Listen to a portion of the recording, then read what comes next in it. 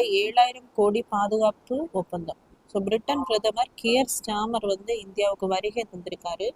So நம்மளுடைய பிரதமர் மோடியும் பிரிட்டன் பிரதமரும் சேர்ந்து ஒப்பந்தம் வந்து போட்டிருக்காங்க. எந்தெந்த துறையில் அப்படின்னு பார்த்தீங்கன்னா, வான் பாதுகாப்பு திறனை மேலும் வலுப்படுத்த லகுரக பன்முக பயன்பாட்டு ஏவுகணை, அதாவது LMM லைட் வெயிட் மிசில் அப்படின்னு சொல்லக்கூடிய அந்த ஏவுகணைகளை பிரிட்டன்லேருந்து கொள்முதல் பண்ணுறதுக்காக ஒரு ஒப்பந்தம் வந்து போட்டிருக்காங்க. அதற்காக 4,150 கோடி வந்து ஒதுக்கியிருக்காங்க.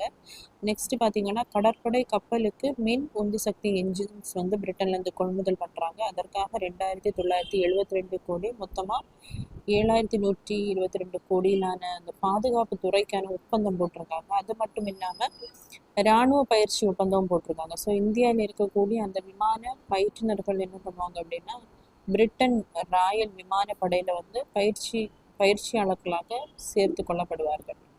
ஸோ அங்கே வந்து அவங்க பணிபுரிவாங்க. ஸோ இந்த மாதிரி 3 ஒப்பந்தங்கள் வந்து இருவருக்கிடையே போட்டிருக்காங்க.